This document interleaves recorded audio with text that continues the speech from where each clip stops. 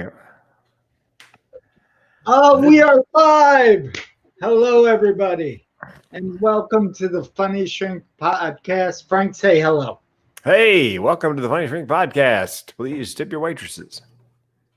I used to run an open mic, and a friend of mine tended bar behind, and I said to her, "Please remember to tip your waitress well. She's trying to save up for that abortion. She only had 2 more weeks before the Oh leave." my God. She started cracking up. Oh my God. I adore that woman. Her name is Alyssa Woe. If you follow her on Instagram. She travels the world and she climbs mountains, and she's amazing. Not so much in quarantine anymore, but No. she is amazing. We have an awesome guest. He is amazing. I use that word a lot. I think it's amazing how much I use that word. You have an amazing vocabulary. 3-4 words. It's amazing. So today I had to say to a client of mine, "Can you tell me what that word means?" Because I didn't know. I felt so stupid. But the word was house. Anyway, so, so this guest is Seth Carlson. He is a transgender advocate, podcaster. He helps people transition. He does awesome things, and I am so excited to have him here. Has a podcast. He's going to tell us all about it. Everybody, give it up, Seth Carlson. Yay! Thanks for having me. Absolutely. How's it going? Good. What's going on with you, man? Just hanging out. I wrote a couple articles today to submit to Medium, trying to get my write on and write on. All right, fancy pants. Yeah. I'm a millennial. I have to write every day, to survive. Yeah. So tell us a bit about yourself, man. You have an amazing story. Okay, so I'm 25 years old, transgender male. I was born female, and I started to transition around 15 or 16 years old, depending on when you want to call it, because I came out at 14, but I didn't start to make that transition until a little bit later in high school. And it was a rough journey. It definitely was. There's a lot of ups and downs to it, because of course, when you start to discover yourself and realize who you are, it's a very rewarding, very nice feeling to be like, okay, this is why I was depressed.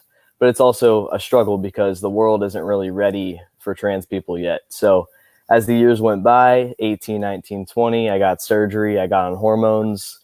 Here I am today, I'm 25. I look back, I use all the experiences in the journey that I went through to help other people who are in that, who are, when I was 13, 14, 15, whoever is going through it at that age, I want to help them make better choices in order to have an easier time. And you had some mental health struggles along the way, didn't you? And somewhere in there? I did. A lot, actually. It started at around age 11 when my parents told me, hey, we're moving from Pennsylvania to North Carolina. And when they first told me that, I was happy. I thought I was happy. And then all of a sudden we got there and I was threatening to kill myself. I just didn't know why. I didn't know if it was because I didn't like the Southerners. I didn't know if it was I didn't know what it was at all. And that's when that started. I was put into therapy, 6, 7 therapists later, try this medication, try this. All of a sudden, 8th grade, I came across a YouTube video by accident that said, the title was 3 weeks on testosterone. And I clicked it, and it was the first time I saw the word transgender. And that was the day that changed my entire life. I realized what transgender was. I got to see someone who was going through those changes and how happy they were that they were finding themselves, and there was a word for why they were so depressed. It was like, wow, I'm not depressed because I'm ugly. I'm depressed because I'm in the wrong body.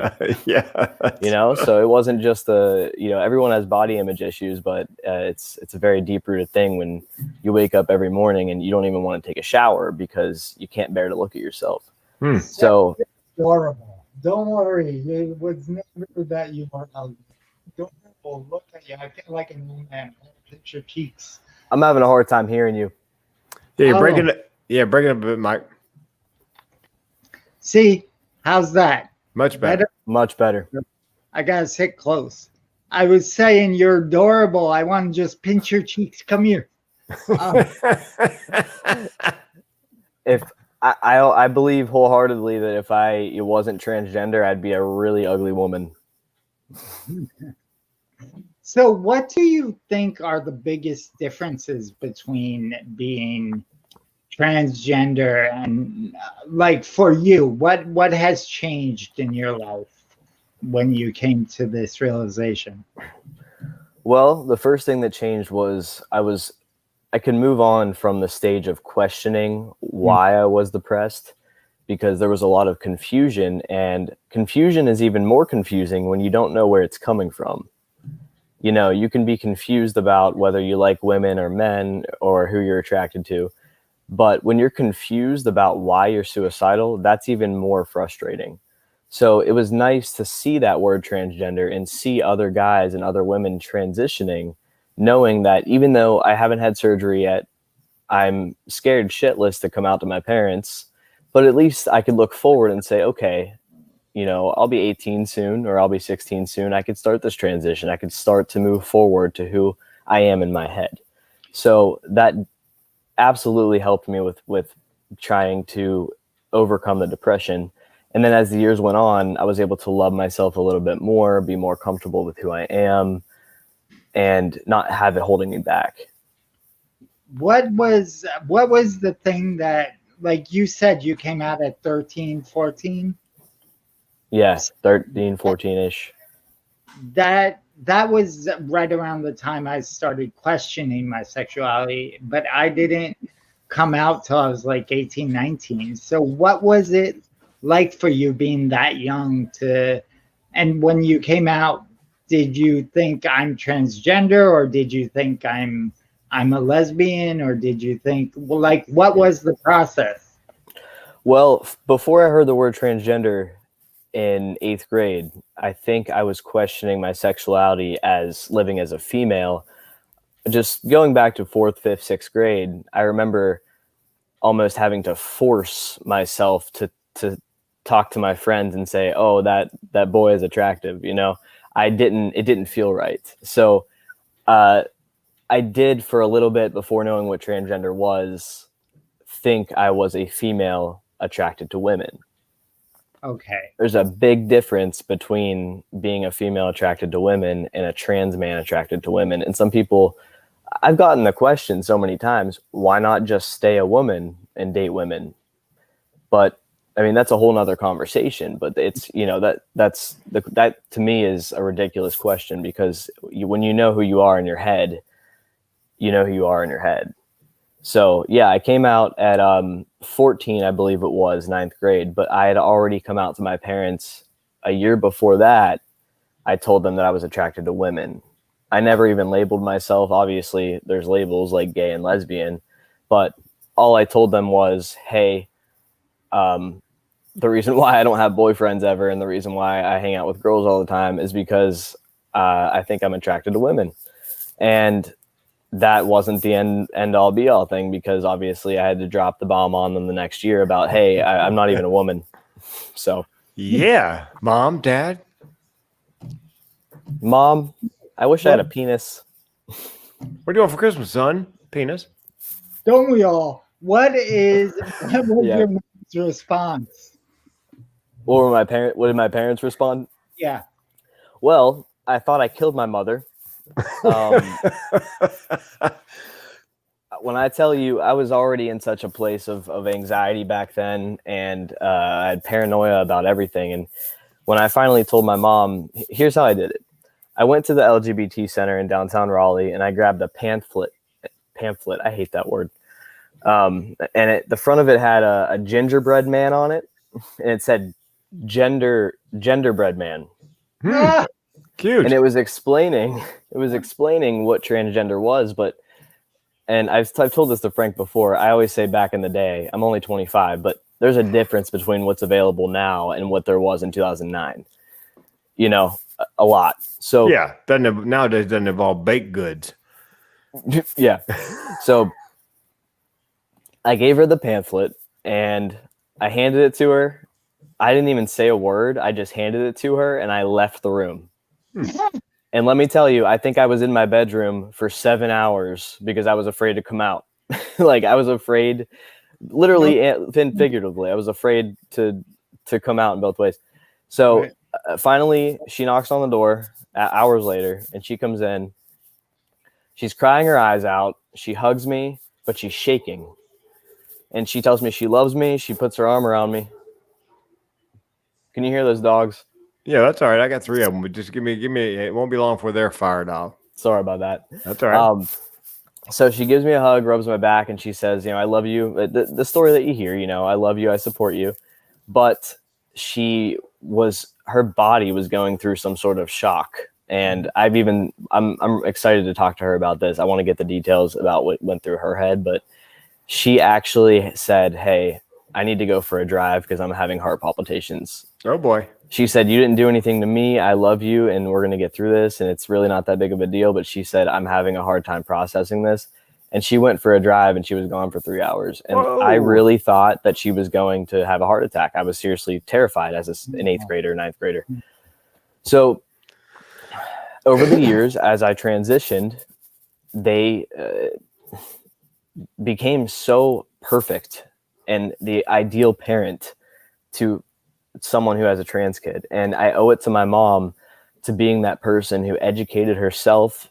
She didn't just look at what media was saying or what her church was saying. She went to groups, she went to PFLAG, she joined forums, she read books.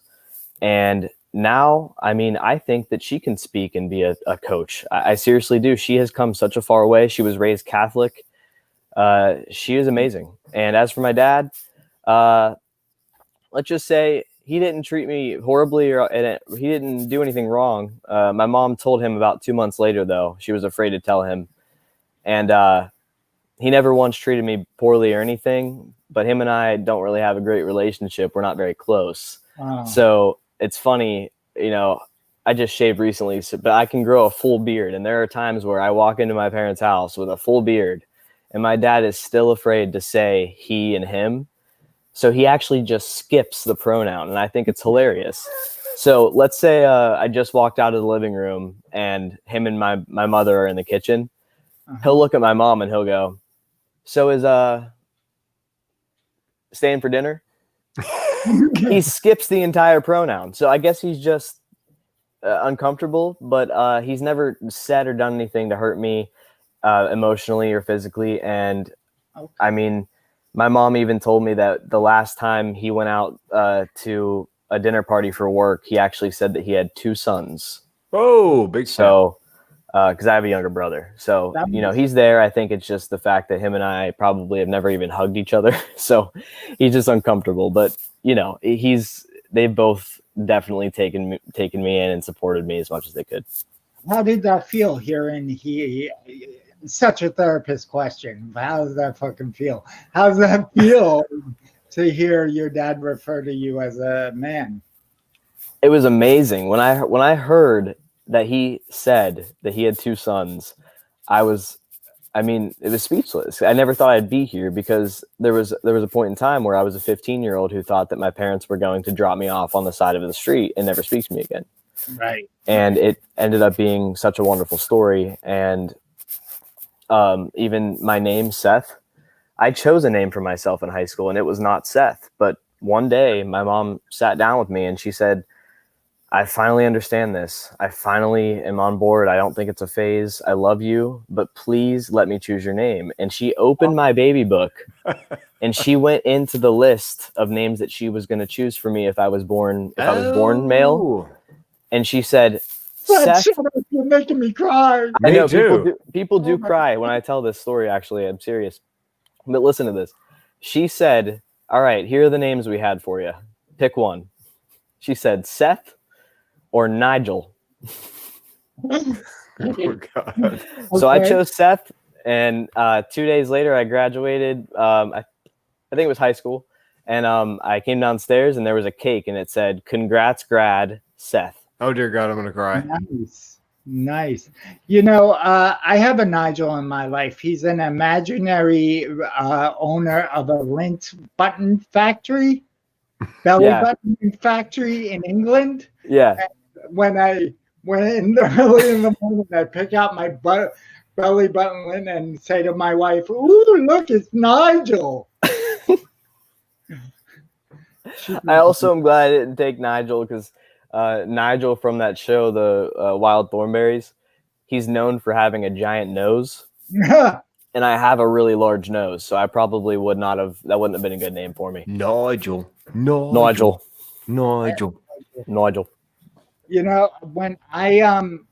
I'm bisexual, and when I came out to my parents, my dad at one, later, not right away, but said, "You're my son. I love you no matter what. I don't understand this, but I love you." And that was great. And my mom was so angry. I was the firstborn. We were very close. She was so angry at me. It was right at the time Ellen DeGeneres came out. So she took out all her anger on me on Ellen DeGeneres. I thought, come on, Ellen. Comedy is all in timing. Thank God. Ellen. If Ellen hadn't pushed that agenda, where would she be now? Right? Yeah. My mother was like, "She's doing it for the ratings." I'm like, oh, Jesus. I mean, if she did it for the ratings, she failed a lot before she got famous. That sitcom only had a half a season. Right? Yeah. So you are doing some powerful work. Like you're talking about suicide rates with transgender youth. You're talking about how to get through it. Tell us a little bit about your coaching. Yeah, so I decided to start coaching as soon as someone said, "Hey, how much do you charge?" And that was the first. That was the first green flag, I guess, not red flag. That I was like, I need to do this, and I enjoyed doing it for free, so why not get paid for it? So I started. It was more of an offer of anybody who wants to talk to me, you can talk to me. Like it wasn't just trans parents, and it still isn't. But my clients became parents of trans kids because they just flocked to me. But it was just, hey, if you're trans, hey, if you have a trans partner, if you have a trans brother or sister, if you're just curious about trans people in general, I'm here to talk to you. Let's have a virtual cup of coffee. Months down the road, if I make it into a little pie chart, probably over 90% of my clients are mothers of trans children. Wow. So it just happened to be that way, I guess, because really when your kid comes out to you as a parent, where do you go? Mm-hmm. You go to the internet, and then you go to thetranslife.org. Yes, and we talked about, didn't I ask you, or maybe you told me that it can be for a parent like losing a child because it's not the child that they birthed. It's, yeah. Yeah, actually, Frank, I'm glad you said that because I just started a mini series on my Instagram. I decided to, I'm going to start posting more about that because out of all of the concerns that I get, even the anonymous questions that I get for podcasts, it's parents don't feel like it. They feel like they're doing something wrong when they feel grief. They feel like I'm trying to support my kid, but I feel so terrible. I feel like I've lost my child. I'm depressed. So how do I support my kid and show them love? And basically in my first episode, I posted it this morning. I just said, feel valid in your feelings. It is valid to feel grief. Yeah. And you know what? I didn't know that it even was, but I realized down the road that my mom said that she had the same problem because you have kids and you imagine you have a vision for them. Mm-hmm. You want to, whatever type of family or wherever you come from, let's just say the stereotypical, you want them to get married, give you grandkids, go to college in whatever order you want it to be in. Trans people could still do that, by the way, but that vision is kind of crushed, especially if you're worried about judgment or you're religious, so many different aspects of it. But the grief thing is a very big concern. Moms will call me and dads and they'll say, am I wrong? Am I heartless to feel grief? And I have to tell them, no, you are very valid in that. You feel like you lost a child. And the only thing that can actually come, pretty much I take it and I help them flip it because, and I wish I had my mom on here, honestly, because she would give the best answer, but you have that grief for a moment, you do. But to support your child who is uncomfortable and they came out to you and they're already questioning and they're anxious and they're depressed, as a parent, and I would never tell someone to bottle up their feelings, but as a parent, if your child comes out to you, you need to bottle up that feeling of grief for a little bit until your child is comfortable and feels loved. Because if your child comes to you and says, hey, I need support, I hate myself, I'm suicidal, what do I do? If the mom looks at the kid and says, oh my God, I lost my daughter, and makes it about them, then what's that kid going to do? The kid's going to think they ruined their parents' life, or that they shouldn't have been born, or that they're going to go back into the closet and say, just kidding, I'm not trans. And then live the rest of their life unhappy and not, being themselves. And my mom, she caught herself early on, but for the first couple weeks, I would seriously, at the time, I think Xanga, or whatever it was called, was out. I was blogging, and I was blogging about how I ruined my mother's life because she was crying in front of me saying that she lost her daughter. And that's not a good feeling when you're happy. You're like, I found myself, I'm going to transition to be a man. And all of a sudden, oh, but I just destroyed my mom's entire life. So it's a valid emotion that does come out. But to end this little segment of this part of it, the grief is real. It's very real. Try not to show it to your trans kid. Yeah. But the relationship I had between my mother and I's relationship, we were never close. We weren't not close, but we weren't. We had awkward conversations. We didn't say I love you. We didn't hug. We just weren't really. It was like acquaintances. Well, I never knew why. She never knew why. I just thought that I was some, weird, antisocial weirdo, But as I started to become more comfortable, as I got my surgery and she started to show more support over the years, I look back and actually I was just thinking about this. I was talking to Frank the other day. I call my mom all the time and just to say, hey, and we hang out and we go to dinner. And that did not happen before she supported me or before I discovered I was trans. So after that grief was over, after that grief of her crying and saying, oh my God, I can never go pick out your wedding dress with you, all that, bull crap. She now is like, damn, I have a great ass son. I have a son who I'm close with, who I can call up. And so she's happier than ever. So that grief that she had, she doesn't even remember it. So if you stick it out and you support your kid and they find themselves, you're going to have a new kid, and that kid's going to be even more loving, more happy, and more ready to take on life. So really, you're just getting a better kid. Yeah. I think we should have your mom on the podcast. Yes, we should. I know. And I've been telling her almost every day. I text her. I say, all right, let's do a 15-minute conversation. Let's just record it. So it's going to happen. And honestly, if you ever meet the lady, you're going to feel the same way I feel. She needs to write 10 books and she needs to have a podcast herself because she is one of the most intelligent people I've ever met. Listen. And yeah. And she also, she researched trans stuff on her own. She would come to me and say, hey, shouldn't you make sure your testosterone levels are like this? Or she would come to me and I'm like, wow, you really did your research here. So I hate to make that the prominent thing because I know a lot of my clients go through their parents almost hate them or they kick them out. So, I'm not trying to just toot my own horn here saying I had amazing parents, but I do have amazing parents. She should be co-hosting your podcast. She should be hosting the podcast. Yeah, you should be co-hosting. She should be hosting. Yeah. I'm going to give you my number and you give it to your mom and tell her to text me. Okay. Well, I totally will. I will. Yeah. I definitely will. So I, as like a guy, I have commitment issues. I don't know if that's a guy thing, but like I would be afraid I came out as transgender and then would want to go back in the closet.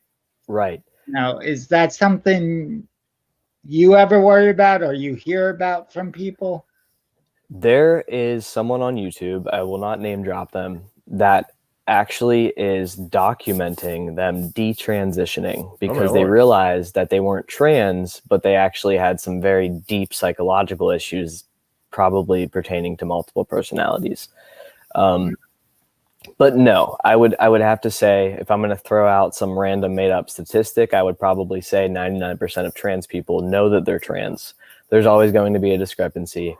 But I can go back to the earliest thoughts in my head that I can remember from being 2 years old and know, I didn't know what transgender was back then, but I totally know now that those were signs. And that's why it's what's even more important to talk to parents about, because I could have, if my parents knew what transgender was when I was 5, I wouldn't have been depressed and suicidal from age 9, 10, 11, 12, 13, 14. So, it could have been talked about at an earlier age.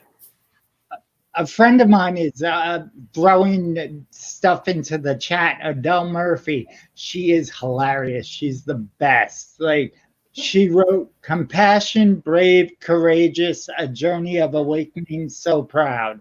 About you, Seth. I appreciate it. I'm in full screen, so I can't see the chat. Yeah. I appreciate that. She's amazing, as are you. I'm starting a series right now on like healing through story, and it sounds like your story telling it is actually helping you heal. Yes, actually, every single time I tell it, every single new client I have, I discover more things about myself, and it actually is contributing to the book that I'm writing because I get to go back and add things that I'm discovering now. I mean, just the simple fact that only a few years ago, I was already 6 years into transition, and I realized, wow, I had a meltdown at age 3 because I wasn't allowed to go to sleep without my shirt on like my dad was. Now, Wow. Back then, my parents were thinking, oh my gosh, this kid needs therapy because something's going on. They did not think that it was a gender issue. Why would they? Right. But now looking back, it wasn't just me having a tantrum. It's just, I was like, why can't I be like my dad? Because I was being told, no, you're like mommy. You wear a shirt. And, I should have been like, what the hell? My daughter doesn't wear a shirt in bed at all. Like some nights you walk in there and she's like shirtless. And she's yelling at me, don't look at me. Hey, the gender roles, gender stereotypes are slowly fading away anyway. So hopefully that's a good thing. Yes, but I'm sorry. Go ahead, Frank. Yeah, yes, but and I've heard this from a lot of straight people. Well, this whole transgender thing, it's just fashionable. I mean, when I was coming up, nobody was that way. And then, and a couple of kids come out, and then all of a sudden, everybody's transgender. And I heard the same thing, by the way, about depression. Are you depressed, or just, you're claiming you're depressed because that's very trendy? Oh, it's just trendy. It just comes with your avocado toast. Yeah, exactly. Yeah. I'm like, when I had the gun in my mouth, I don't think that's trendy, really. I don't. But it could have made for a nice photo, Yeah. So that would be a great series, suicide photos. Too soon. Oof. Too soon. Yeah, so. Yeah, but I mean, have you encountered that like I said, I have straight friends who go, conservative straight friends. Yeah, the whole trans thing is just, they just do it for attention because they see a friend of theirs does it, and so they think, oh, I'll do it. You guys are asking the perfect questions. I mean, I couldn't even have asked for better questions. It just sucks because I have so much to say about all of them. But yes, and keep on talking till you're done. Don't okay. So yes, the trending thing is one of the. I get angry when you started saying that. My teeth were gritting. Because in high school, for instance, I'm coming out.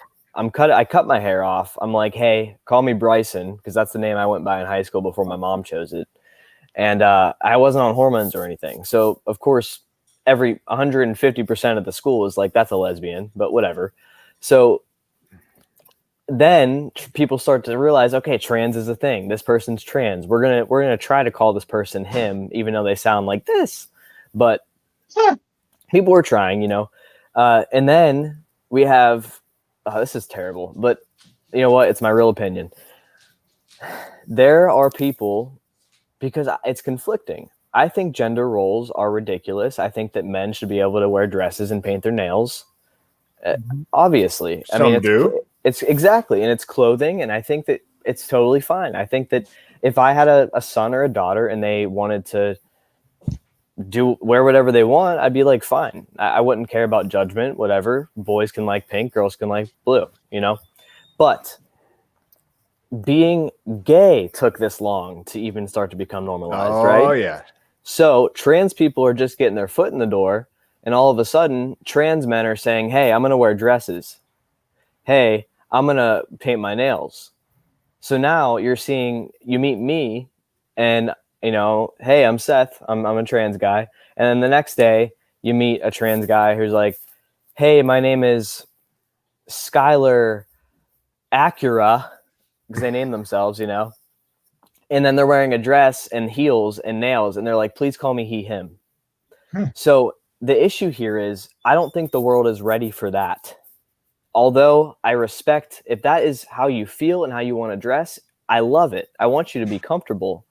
But it is conflicting, and it is causing issue within the trans community, because we are not there yet to where we're that accepted to where we can add add-ons. We can't do, there's no extra services available yet. We just need to accept trans people, and I'll honestly get past the freaking bathroom thing, Welcome to North Carolina. Oh, I know. Whenever HB2 was going on, yeah, I was tweeting right at all of the senators or whoever was saying that they were for not allowing trans people to use the bathroom of their choice.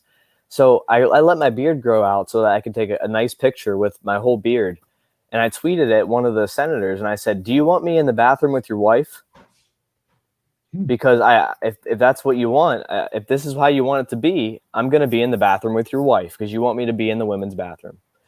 So it's a very conflicting situation with all the gender stuff. But at the end of the day, I don't care what pronouns you want to use or how you want to dress. I respect you and I love you. But please give the regular trans people some room to be more normalized first. Yeah. And then we can add the nail polish. And I know I'm going to get a lot of shit for this, but I just, I live it.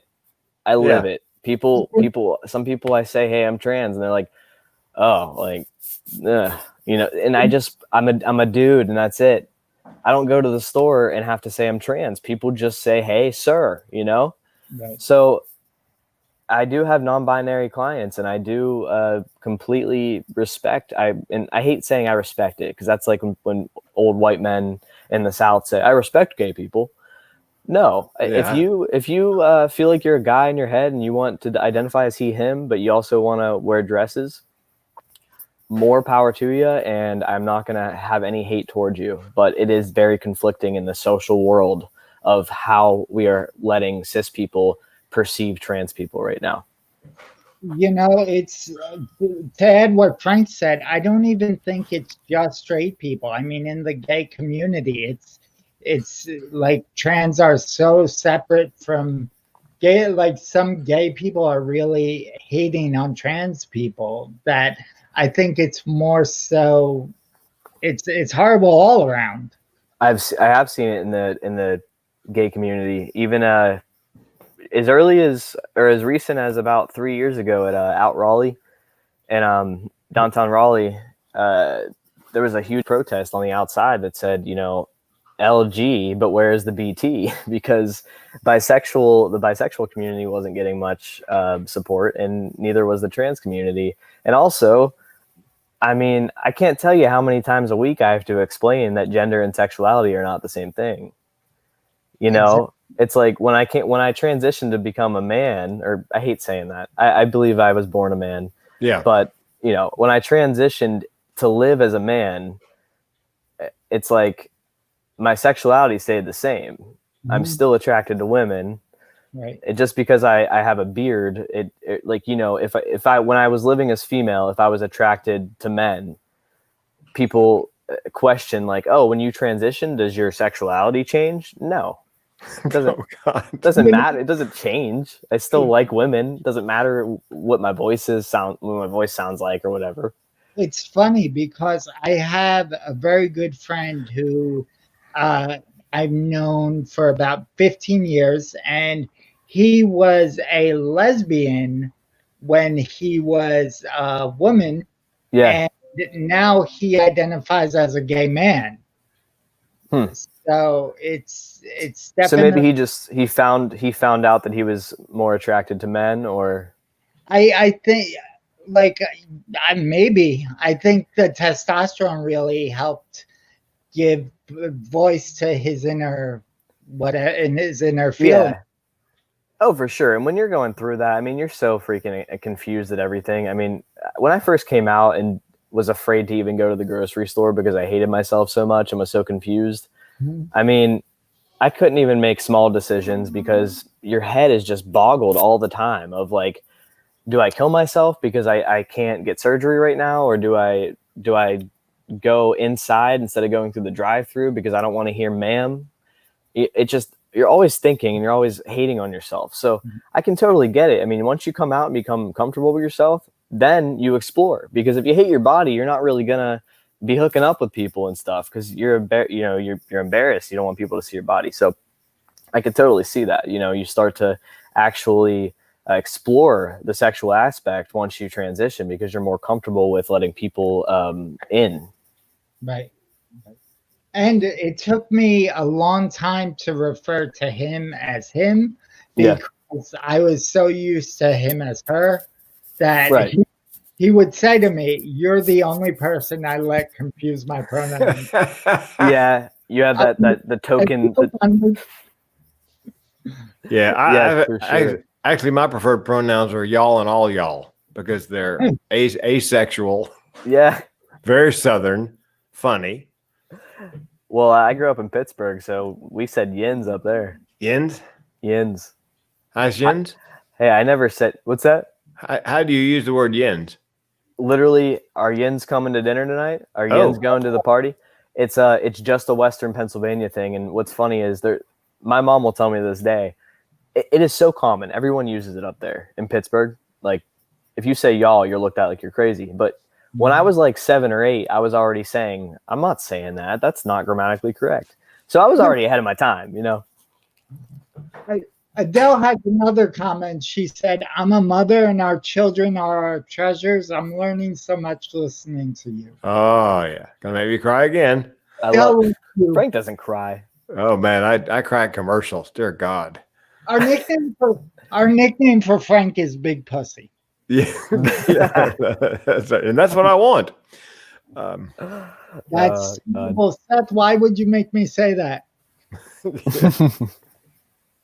And I told Seth I've been trying for years. They have a fundraiser for March of Dimes called High Heels for Hope. I was just about to bring that up. Yeah, and I've got great legs. Bring that up. And I don't know who's running the organization, but every year I volunteer, because what you do is you volunteer, then you hit up your friends to, contribute money toward the March of Dimes, on your behalf, and whoever raises the most money gets something. And I was going to practice in heels, and they do a catwalk. They do I thought, man, I will raise a ton of money. Are you kidding me? To see me in a tight dress and heels, and and call myself Virginia Ham or something. But whoever's running it, they just did not like the idea. I gave you a better name, though. I forget what it was. Oh. Also told you that you would break your hip trying high heels. Yeah, that's 63, yeah. It had something to do with King. I think it was just like Frank Drag King or something. Frank Queen. Frank Queen. That's what it was. That's right. Ladies and gentlemen, please, Frank Queen. Yeah, I think it would have been a hoot. But nobody wants to play along. It's fine. Hey, you can still do it. Yeah. Well, if they changed management, I'd be happy to. You should do it. Masi, a friend of mine who I used to work with, said, "Like, guys should present this to agencies, maybe without Frank's nickname." Well, and you know what, Seth? I pitched a not sitcom idea, an idea for a show to somebody. I didn't pitch it officially, but I thought it would be interesting to have a show like The Bachelor, where you have all these women in the house with a guy. Yeah. However, unbeknownst to anybody, one is trans, one is like a female impersonator. Yeah. So that there's just a wide variety, and nobody knows. So I just thought it'd be interesting to have those, like I said, all those identities that apparently women living as women, but you're never quite sure, is she the one with outdoor plumbing, or is right? Yeah, or is she like win a gift card to Macy's if you guess if they have a dick or not. Yeah, and Seth has told me, by the way, and Mike, that's one of those questions that, the inappropriate questions that some people don't even know are inappropriate. So let me get this straight. You used to be a woman. Do you have a dick? Yeah. I should have given a disclaimer. A lot of the things I have said in this call are my jokes and my humor, but I take it very seriously. Please do not ever, ever, ever ask what is in somebody's pants. Well, and I told Seth, as a comic, if I was trans, somebody asked me that, my response would be, "Why, you want to blow me?"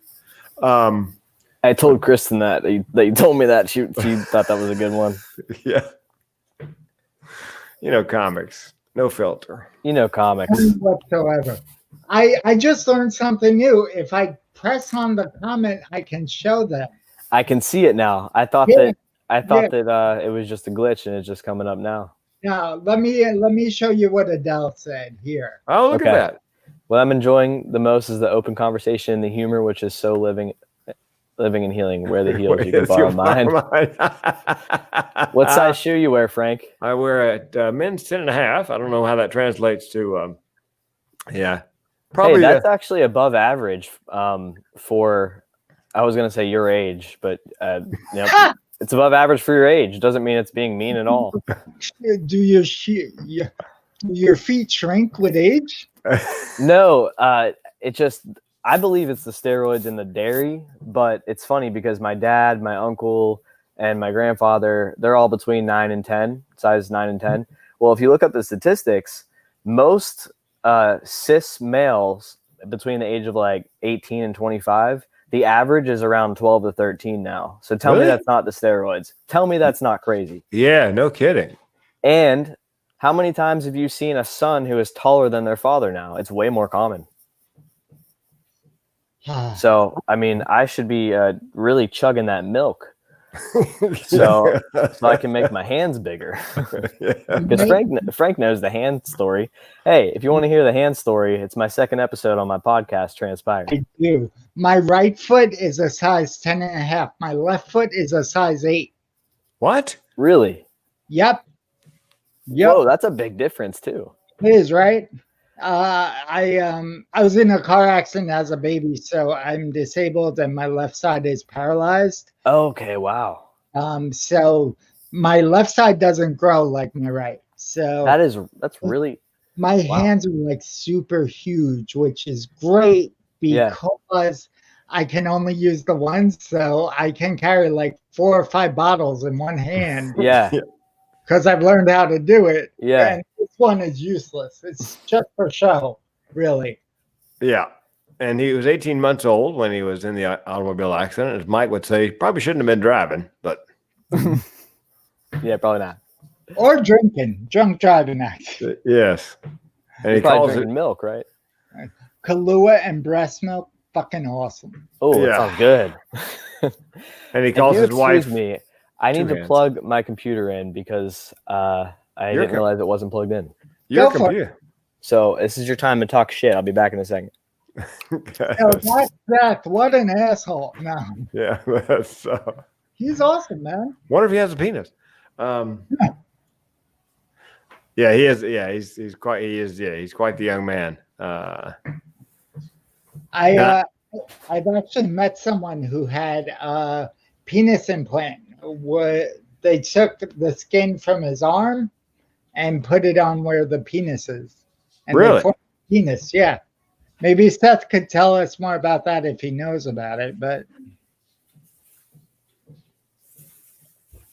if you can find an outlet. All right. I'm just gonna move closer to the outlet. No Over problem. here. So we were saying, I've actually met guys, transgender males who have a penis and went through the surgery and taken it from their arm or another part of the body, the skin, to form. Yeah, it is a very, very experimental surgery. There are two versions of bottom surgery. And bottom surgery, for anyone who doesn't know, just means genital surgery, and top surgery means either removing the breasts or adding them if you're what? No, I was saying, I didn't know that. Oh, I thought you were like, oh, boobs. Yeah, that's like, can I get a set of those? Yeah, if I had some, I'd never leave the house. I lived as I mostly dated men for a long time, and that was my big thing. I love boobs. Like when I would date myself, I would just touch myself. I touch my fake boobs all the time. So that question, like if you could be a woman for a day, that's what you would do. Yeah, I don't know how they get shit done. Like seriously, I don't either. I can agree with you on that. I don't understand it at all. I'm trying to reach this outlet. I'm screwing up everything for us. Well, we are gonna have to wind up getting going anyway because I gotta pee. Thanks for sharing, Mike. I have a very small bladder, gentlemen. Well, there's people that pay hundreds of dollars to Yes,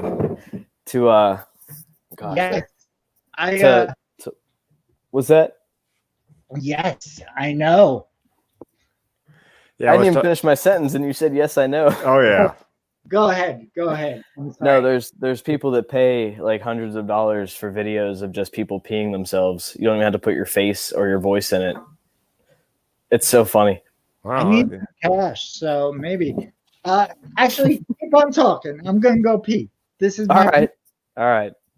How's it going, Frank?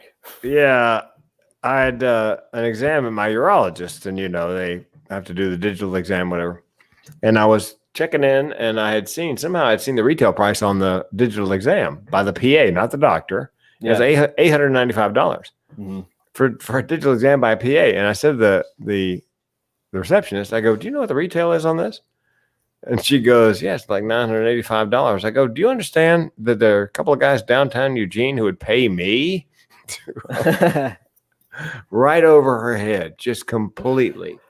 I told the PA, he howled. Oh my God. I bet that happens to you a lot too. You tell a joke and then they're just like. Sometimes I do it just to see if they're paying attention, not just, that perfunctory, "Hey, how you doing? Okay, great. They sit over there, just to and I like to shock people out of that sort of lethargy where they go, "Listen, can you hold, please?" "No." "I'm sorry. Did you say you no?" Yeah. Yeah, I just do it because they're not expecting it. It shakes them up. It makes them stop and actually listen. Yeah, it's an icebreaker too. I mean, it shows that you're not about to just be a dick. You're like, I'm here for a good time. Yeah, I like to be everybody's favorite client, customer, whatever that day. I like doing that when I'm on the phone with like Best Buy customer service because they're miserable as hell. Yeah. So you make them laugh for a second. Makes their day probably. Oh man, I can't tell you how many upgrades on rent-a-cars, upgrades on airline tickets I've gotten because the guy in front of me is screaming and yelling at the poor clerk, and I come up and go, "Hey man, I just have one question." They go, "Yeah, what is it? At what point do I get to scream and yell?" Yeah. How much does that cost? Yeah, exactly. And I go from like a economy car to at least a mid-size, sometimes a standard. Just Yeah. Just because I was nice, there's a psychological principle. Actually, you're making an empathetic statement when you say, "Hey, here's my question. At what point in this conversation can I yell at you?" And that you're indicating that you have heard what went on, you understood exactly what was happening and the pain they were feeling. Yeah. And so when you deliver the empathetic statement, it's very powerful. Yeah. Oh, for sure. That's actually reminded me of. Yesterday, there was someone in front in the drive-thru at Starbucks. Someone in front was complaining loudly out of their car in the drive-thru about their drink being, messed up, even though there were 40 cars in the drive-thru. And, I feel like a normal person, I hate using the word normal, but step back for a second and realize that they have been making coffee probably since 4 a.m. The drive-thru has been going on all day. They made a mistake. People just get so mad. So anyway, because the person in front of me flipped out on them, I ended up tipping. So it's just like, why don't people think of other people?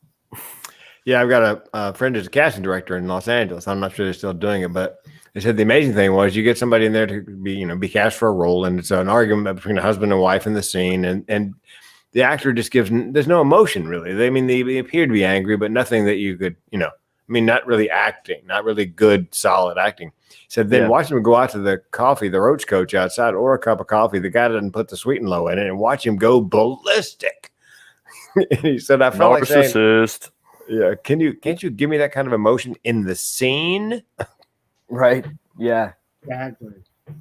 You know what, you guys, we're going to have to stop because I want people to listen to the whole thing. There's a short attention span issue going on in the world right now. That's true. What is it, like 7 minutes is the attention span, I think?